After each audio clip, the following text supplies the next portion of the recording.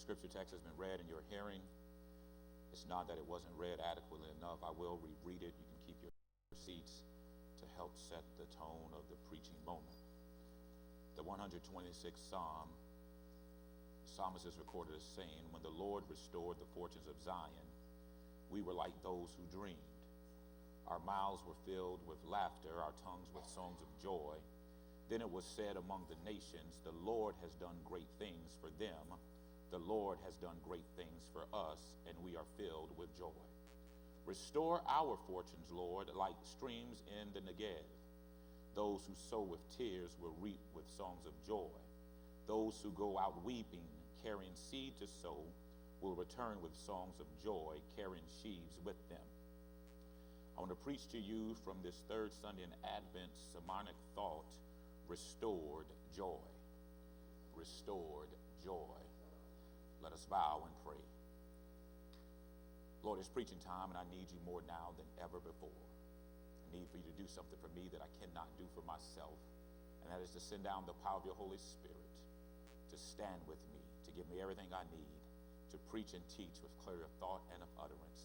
Now consecrate me, Father, to thy service, thy grace divine. Let my soul look up with steadfast hope. Let my will be lost in thine. Amen. Over the past 20 years, the terms restorative, restoration, and restored have seen an increase in mainstream day-to-day conversations. If for no other reason than the fact that these terms have been linked to so many areas of commerce, business, the legal system, healthcare, the housing market, the insurance industries, and even our hobbies. And the truth is, the use of any of these terms as connected to a specific industry indicates the goal, objective, or intent of what will occur in the restorative process. Restorative dental conveys that there will be some type of process repairing and fixing the condition of a person's mouth. Restorative antique dealer is an individual who specializes in repairing antique items with the sole purpose of reselling them for a profit. Homeowners and homeowner insurance companies have spent millions of dollars with restoration companies who specialize in the repair and cleanup following water, smoke, and fire damage. Secondhand furniture dealers have made a living off of taking damaged furniture and restoring it back to a condition where it has functional use. Classic car industry, far beyond my favorite, has made millions of dollars by taking an old beat-up car and investing time, energy, and money into them to restore them back to a condition that when the car is seen out on the road, heads turn in amazement as to how nice the fully restored classic 67 red GTO with convertible top looks. Now, the interesting connection between all of the examples I've mentioned is that regardless of the industry, dental to homeowners, the connection between them is that the restoration desired and obtained required a process in order for something to be restored. In other words, just because there was a desire to have something restored does not mean it just happens. In addition to there being a shared process, each example mentioned shares another factor, which is this: regardless the nature of the industry or the item being restored, in each instance there had to be something remaining or left over from the original item to be restored back to. And the beauty of the restoration is this: even if the item is broken or dysfunctional, does not mean that it cannot be restored. It might take a while to be restored, but it can be restored. It might require more effort, but it can be restored. It might require more resources be invested, but it can be restored. As we continue in our season of Advent, our season of expectancy, I want to remind some and encourage others that Advent is much about restoration as it is about expectancy. Because you see, beloved, God gave us Jesus the Christ to restore hope in a broken humanity, to restore love in a world riddled with hate. And today I want us to focus our thoughts not just on joy, but on restored joy. And the reason I place emphasis on restored joy is because although this time of year, there are constant reminders just about everywhere you turn that it's the most wonderful time of the year. But for some of us, it is the most emotional, social, psychological, and financially draining time of the year, because for you, Christmas is depressing because your loved one is no longer here, or you're worrying about trying to buy gifts while managing your bills, because after all, your monthly bills don't take a Christmas vacation. Or you're panicking just thinking about all of the social events you have to attend while faking it. Because if you could be open and honest, you'd say, I know I look festive. I know I look like the perfect Christmas tree with all the lights and ornaments and the metallic crystal balls neatly in place. But the truth is, if you put one more thing on me, I just might fall over. Because even though it's Christmas, I've been carrying so much stuff all year that everything you see that looks like Christmas is hanging on to all the stuff I've been carrying.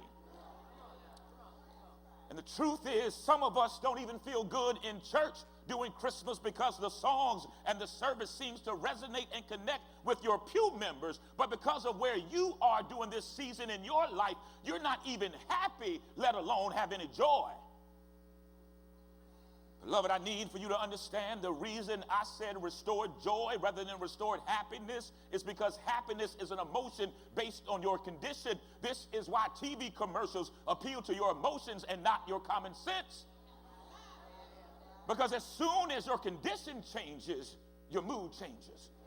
As soon as your friends talk about you, your happiness is depleted. As soon as your family members treat you worse than a stranger out on the street, your happiness becomes misery. When you can't buy gifts, when you can no longer carry the fake smile on your face because you're drained, it's easy to lose your happiness at Christmas.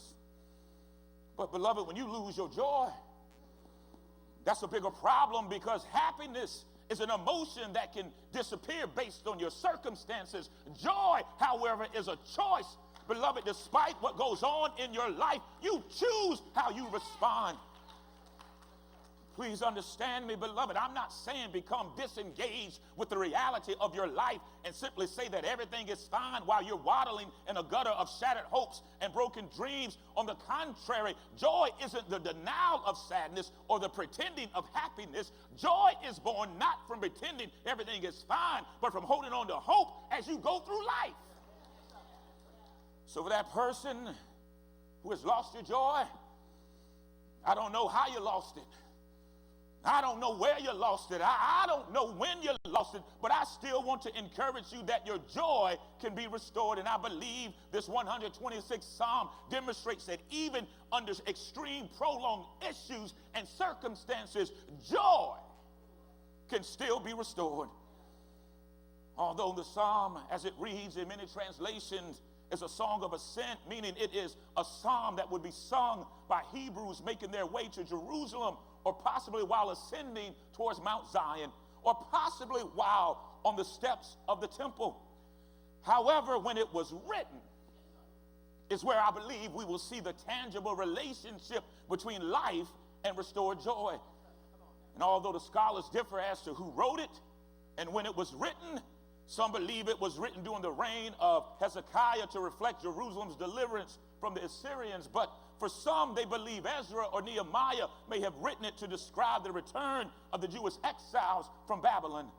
Notwithstanding, one thing is clear regarding the psalm: regardless who or when, it was written to express a return from somewhere. It's clear that the writer is capturing the events of a journey from one place going back to another place. Which brings me to the first point. I have three quick ones. We're going to be out of here. The first point regarding restored joy is this: there is always a clear need for restoration. There is always a clear, identifiable need for restoration.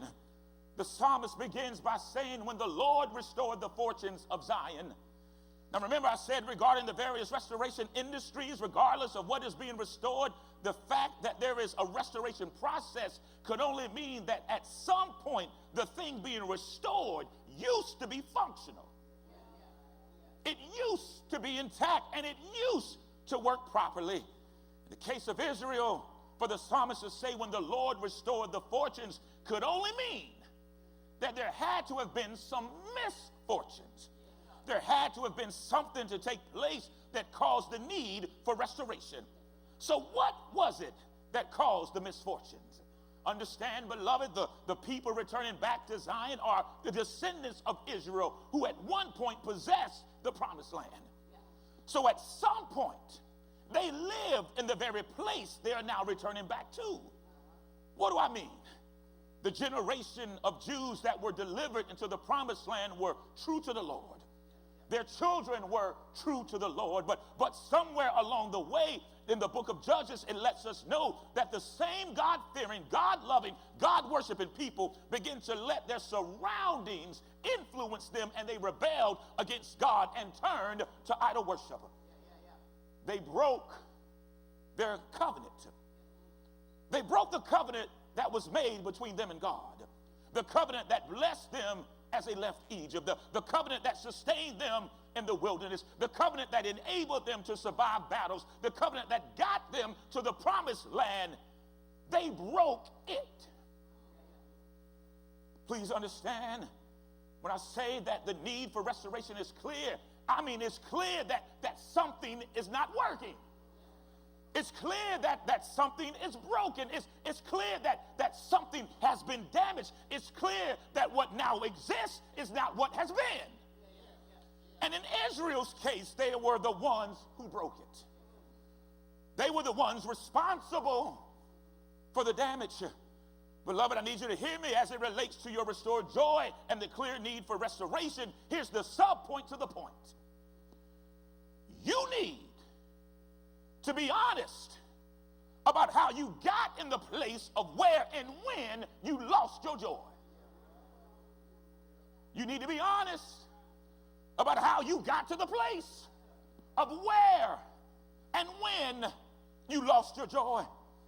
Now, I already know that things happen and people do things, but I'm not talking about that right now. Right now, I need for you to be honest with yourself. I need you to be honest with your situation, your condition, your circumstances, and take an honest look at your misfortunes and identify what you did to damage it.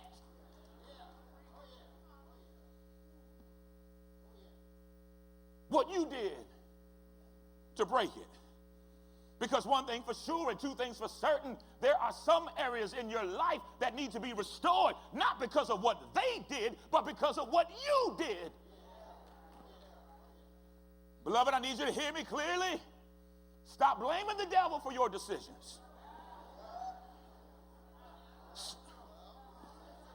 Stop blaming people for something you perpetrated. Stop looking for excuses to shift the blame of your errors. If you want your joy restored, if you want to begin the process of restoration, be honest with yourself and sing along with the saints and how they used to sing, it's me, it's me, it's me, oh Lord, standing in the need of prayer. It's not the preacher, it's not the deacon, it's not the usher, it's not the trustee, it's not the pastor emeritus, it's me standing in the need of prayer. And what I love about the text, the good news in this text is that the psalmist is clear that even after being responsible for the damage, after 70 years of exile, the Lord restored joy. The Lord restored laughter. This lets me know there are some things in your life that only the Lord can restore. Come to learn that sometimes in your life when you've endured brokenness, when you've sustained damage, you know what I've discovered, beloved? It's hard to laugh when there's no joy. It's hard to sing praises with a mouth full of sorrow. But let me encourage you that when there's no laughter, when there's no song, the Lord can restore you to a place and give you a song that the angels can't even sing. Second point is, as related to identified, as it relates to restored joy, is this. You have to pray for joy to be restored, even or especially during the dry seasons of life. I'm going to say that again. You have to pray for your joy to be restored, especially during the dry seasons of life. You don't believe me? It's in the text. To appreciate what I'm saying, I need for you to understand that as the psalmist is writing the first part of verses 1 through 3, the psalmist is writing reflectively on how God brought them back.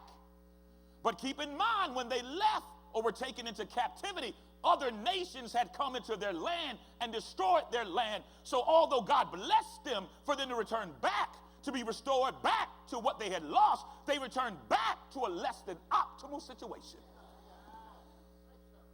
They were blessed to be free, but following the blessing of returning, they are faced with a dry season of the things that were damaged. Beloved, let me pause parenthetically and say this. Just because there is a process of restoration, just because there is something wrong or worth restoring, does not free you from dealing with the damage.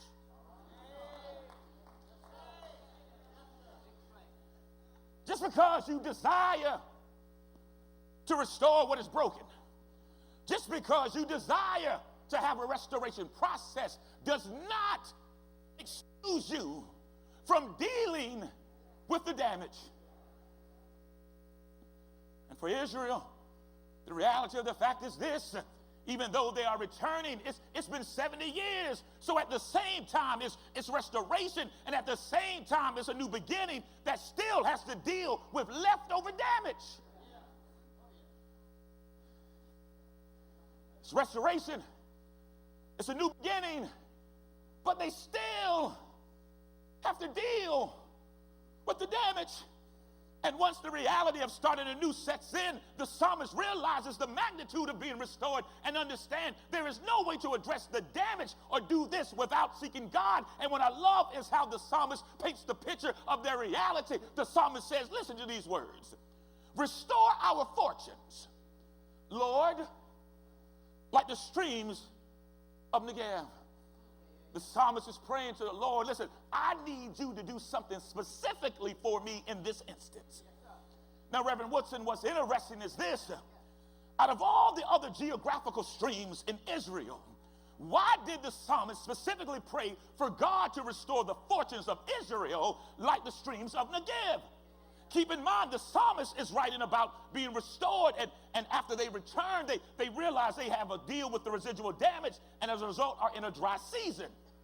But all throughout this Psalms, Dr. Willett, there are references to joy. So what is the connection between the joy they expect and the Negev? Understand, the Negev historically and culturally represents one of the driest places in the regions. It is the southernmost area in Israel. It is a low area running between mountains, and is one of the most arid places in the Bible, meaning it gets little to no rain, which means the Negev is a place which is essentially a dry valley surrounded by dry mountains.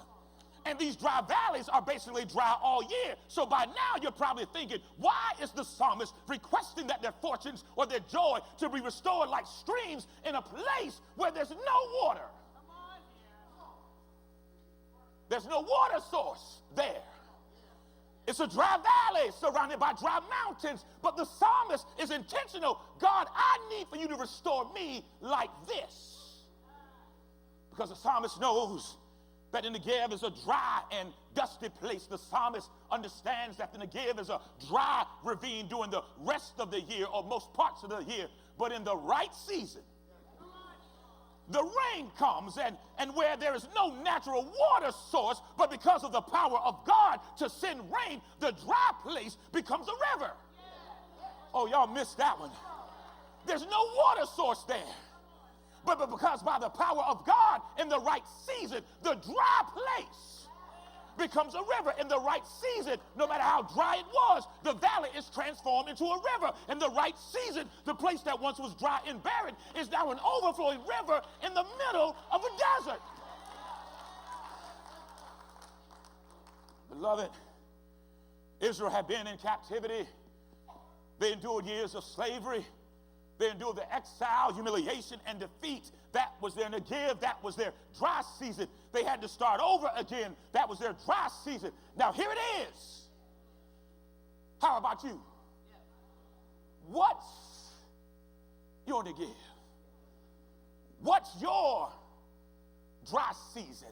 What has you in the low areas of life, in a dry and dusty place, surrounded by dry mountains, and there's no water source in sight? What has caused you to need your joy restored? What has happened in your life, whether you broke it or whether somebody else broke it? What happened in your life that has caused you to need your joy restored? Is it family issues? Is it your relationship? Is it your marriage? Is it your health? Is it your job? Is it depression? Is it your friends, finances, or faith? What is your dry season that has you with everyone singing it's the most wonderful time of the year, and you're dry and parched as hell, and you don't know where the water is? Beloved, the psalmist lets us know that having our joy restored is a process, and because the Lord restored before, when the Lord restored in verse 1, the psalmist has faith that even now the Lord will restore the dry places in their life. The psalmist knows, even though the dry seasons come, that the same God who parted the Red Sea is the same God that can make a river in the middle of the desert. I don't know who this is for, but even in your dry season, I need you to know that God is still able. Even in your barren season, I need you to know that God is still able. Even if you need your joy restored right in this very moment, I need to encourage you and let you know that God is still able. Second point, you have to pray for your joy to be restored even in the dry season. The third thing I wanted to leave you with, and this is your takeaway, even while you're waiting for the rain, until it rains, until things are replenished, there is something you can do, because the psalmist lets us know that there's work that still has to be done. Verse 5 and 6, the psalmist writes, those who sow with tears will reap with songs of joy. Those who go out weeping, carrying seeds to sow, will return with songs of joy, carrying sheaves with them. Even though the psalmist has faith that God will restore their joy, it's clear that until then, or until it happens, the psalmist is going to do whatever they can do while they wait. So I want to put you on notice. Even when you're distressed, even when you're overwhelmed, sad, crying, having to start over, there is still work to be done. I know you want to stop. I know you want to just get your praise on and act like everything will be okay, because after all, when praises go up, blessings come down. But I've come to learn that you can praise your way. You can't praise your way out of everything. Some things require change behavior. Some things require a new outlook. Some things require work. That's why James said faith without works is dead. Not that your work produces faith. No, your deeds, your work are the outer reflection of an inner transformation of your faith. But here's the question I got to ask you. Are you willing to work for your joy to be restored? Are you willing to work for your joy to be restored? And before you answer the question, let me remind you the psalmist declared, those who sow with tears will reap songs of joy. Those who go out weeping, carrying seeds to sow, will return with songs of joy, carrying sheaves with them. Beloved, I wish I could tell you that your joy will be restored without your tears. I wish I could tell you that your joy will be restored without your anguish. I wish I could tell you that your joy will be restored without the burden of sorrow. But what I can tell you is that your tears will hydrate your testimony. I can tell you that your sorrows will saturate your shout. I can tell you that your problems will produce your praise. I can tell you that your frustrations will fuel your faith. Beloved, I'm done. Now remember, I said that the restoration process, it takes time. And as long as there is something remaining from the original product, that restoration is possible. The psalmist concludes that although you have to sow some tears, although you have to weep, if you hold on, you will return. You will be restored with sheaves. Now, I hate to do this to you. I hate to drop this bomb on you like this, but here's the reality of the psalmist and the reality of being restored.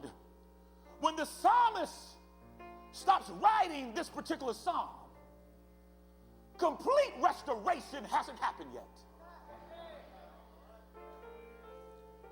He's writing about joy. He's writing about being restored. But by the time he has completed writing this psalm, complete restoration and joy has not happened yet. He's still working and sowing tears.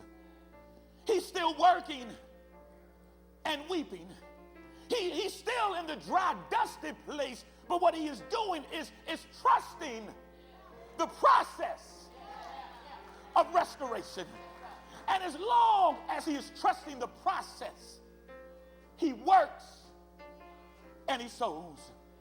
As long as he's trusting the process, he cries and he sows. As long as he's trusting the process, he weeps and he sows. And you know what? I can see the psalmist working and trusting. I can see him crying and sowing. And in my sanctified imagination, I can also hear him singing while he is working. I can hear him singing while he is weeping. I can hear him motivating himself as he endures the process. And guess what? You want to know what I hear him singing? And there's some old random song. It's probably one of the same songs you had to sing when you had to cry and weep. It was probably the same song that you had in your playlist to get you through the rough patches of life. It's probably the same song that you had to play over and over while you cried and while you wept, while you cried and trust the process. And you know what I hear him say? He simply said, I've had many tears and sorrows. I've had questions for tomorrow. There's been times when I didn't know right from wrong. But in every situation, God gave me blessed consolation that my trials, they come only to make me strong. And because they make me strong, I thank God for the mountains. I thank God for the valleys. I thank God for the storms God brought me through. For if I never had a problem, I wouldn't know that God could ever solve them. I wouldn't know what faith in God could do. But through it all,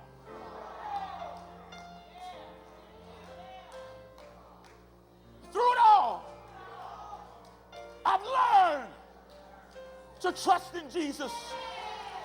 I've learned to trust in God through the process of being restored, through the process of being broken, through the process of dealing with the dry places in your life. I've learned through it all. I've learned to trust in Jesus. I've learned to trust in God. Anybody in here ever had any tears and sorrows? Anybody in here ever have questions for tomorrow? Anybody in here you didn't know right from wrong, but as you look back over your life and every blessed consolation,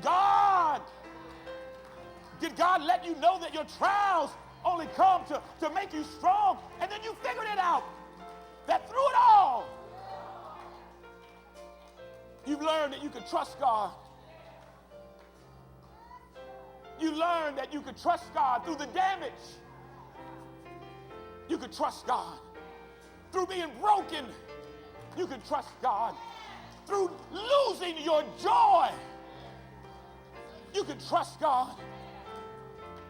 Anybody trusting God this Advent? Anybody trusting God on today? Anybody taking God at God's word? Beloved, I'm done. As you stand on your feet, because the truth is this: life can just flat out get the best of you. You could be in the right place at the right time, doing everything you're supposed to be doing, and life can still get the best of you. You can have more degrees than a thermometer. You can know all the right people, and life can still get the best of you. And I've discovered that when life gets the best of you, life can suck the joy right out of you. But I stopped on my way to heaven to let you know that the same God that made a water source in the middle of the desert is the same God that can work in your life. The doors of the church are open. The doors of the church are open. For some man, some woman, some boy, some girl. You may have come here today and you were doing everything you can to hold on.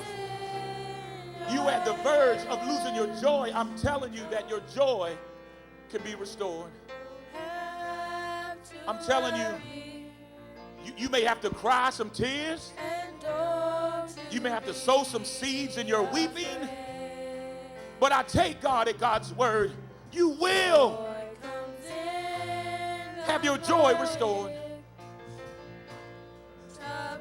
The doors are open. Is there one? You don't have to wait. Yesterday is a canceled check.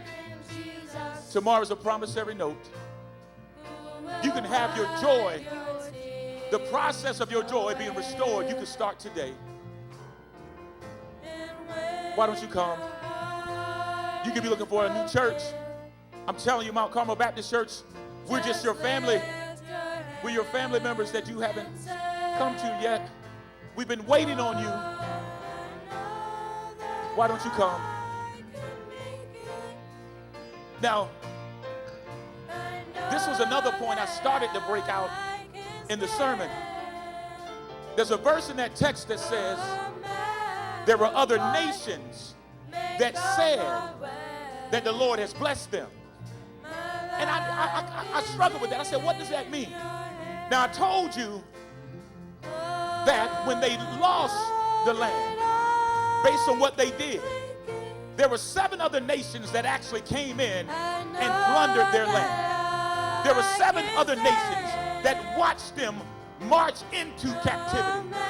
And you know what I like about God and how God restores the situation? Those same people, when they were on their way back to being restored, they had to look and see what God had done, and they even had to say, the Lord has blessed them. Beloved, I don't know where you are in your life, but I promise you, if you're on your way to hell right now, when you are being restored back to joy, God will have the same people that talked about you, the same people that looked down on you, the same people that doubted you, look at you and they will not have any doubt that the Lord has done this and it was marvelous in his eyes.